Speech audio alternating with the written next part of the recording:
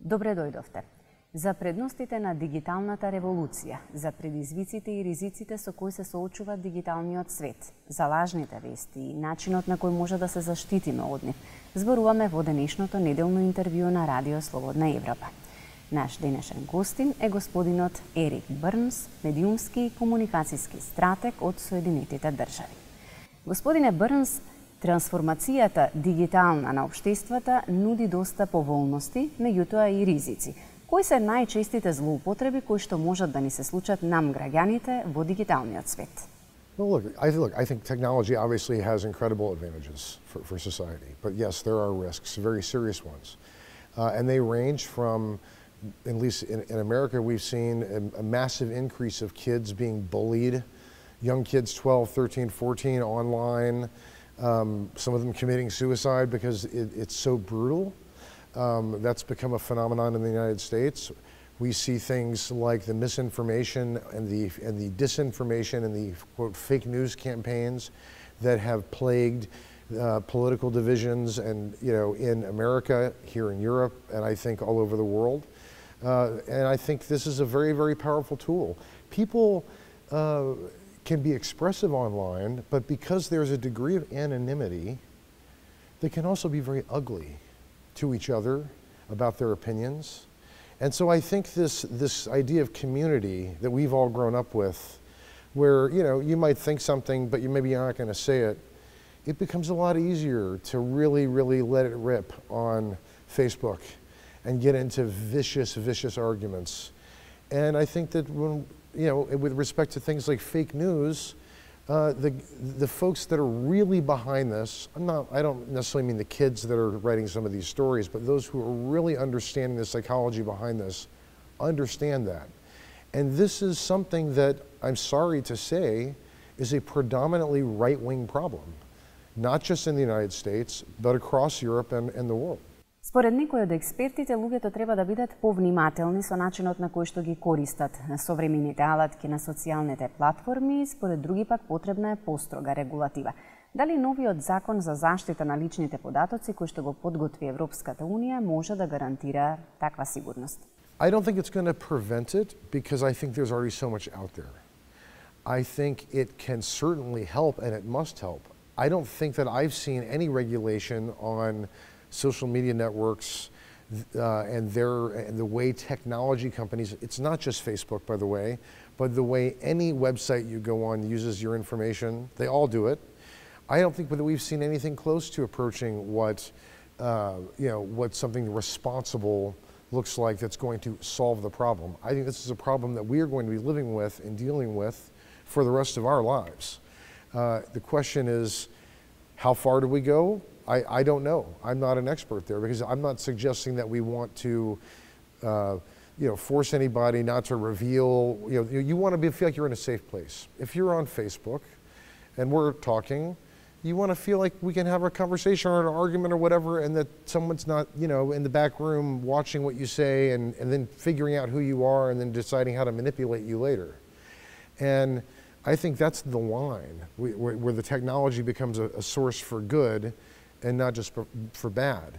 But I think part of it is also, we have to do and we didn't really talk about this in the panel, but we have to do a better job of educating people on how to identify fake news themselves. We have to do a better job of educating people on what information is being tracked about them and what they can do about it.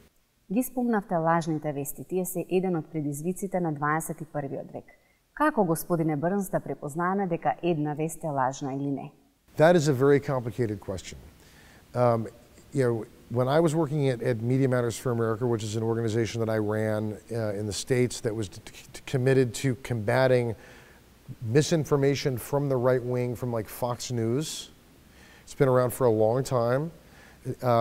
It was based very much on, okay, there's a story on Fox News. If we can prove that there's a lie in that story, we would produce research that would say, this is a lie, this is not true, and here's why, and send it out to all the media. But we're in a completely different category now. That sort of thing still goes on. Now we are dealing with entirely concocted narratives like Pope Francis introduces, Pope Francis endorses Donald Trump, and that requires a whole other level of understanding, education, and resources to be able to combat that and its spread effectively. Дали сме свесни какви се последици може да предизвикаат лажните вести? I don't think we are yet. I think that everyone that I know in Western Europe and in America feels a great sense of unease about what is happening in the world right now in a way that we did not 3 years ago. And I think fake news, you can draw a direct line from that one moment to the another. It's not just about Donald Trump. It's not just about Brexit. Fake news and the prevalence of it enabled a lot of those things to happen. And I think it's going to take us years to find out what the real ramifications of this have been. But, I've been watching in the United States for 10 years, where you increasingly, it just so happens that the conservative media establishment, as in those media outlets that are openly right-wing, have been increasingly engaging in this kind of dishonest propaganda, and it has slowly and steadily divided the American electorate against itself. And America is more tense, I think, than it's been, in probably 100 years. Господине Брнс, работавте на повеќе политички кампањи и бевте близок соработник на влијателни американски политичари. Дали според вас политичарите ги користат медиумите и современите алатки на социјалните мрежи за своји лични интереси или партиски? I think it's different in different countries. I will tell you that the vast majority of people, the vast majority of politicians and elected officials that I have worked for over my 25-year career have been incredible human beings who are interested in public service. They work very, very hard. They never get a break. It's a tough, tough job.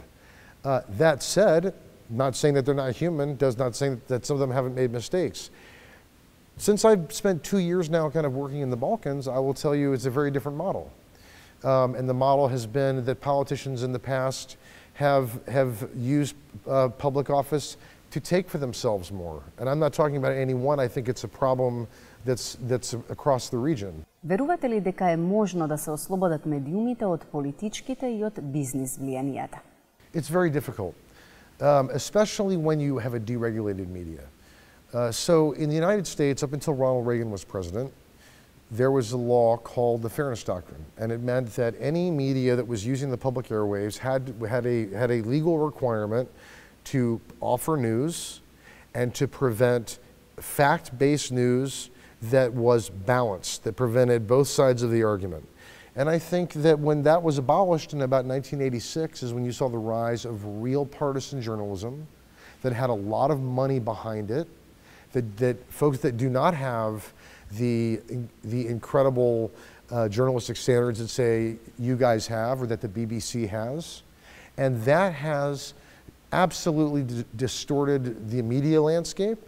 And I think it's actually really deteriorating our democracy in a sense that, now that there shouldn't be opinion journalism, but when there's so much money in it, and then it becomes connected to what's happening with a politician's career, for instance, that's a very dangerous combination.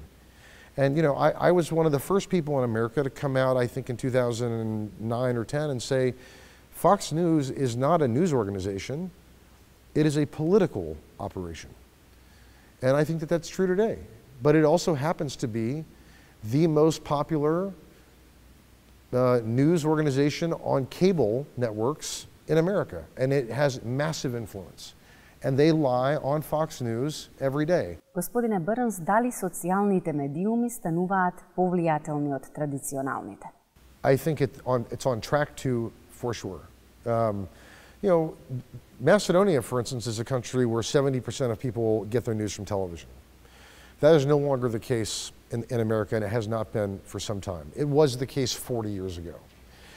Young people, especially today, get their news, I would say, I don't have the statistic for you, but by a large margin, they do not get it from television. they get it on their phones. And that's not going to change. That's actually going to grow because then they're going to raise their kids that way. So TV, the entire market of how we disseminate news is changing more rapidly than anyone in the world realizes. Господине Брнс, ви благодарам за интервјуто. Вам почитувани ви благодарам за вниманието со кое не следевте. Довидување.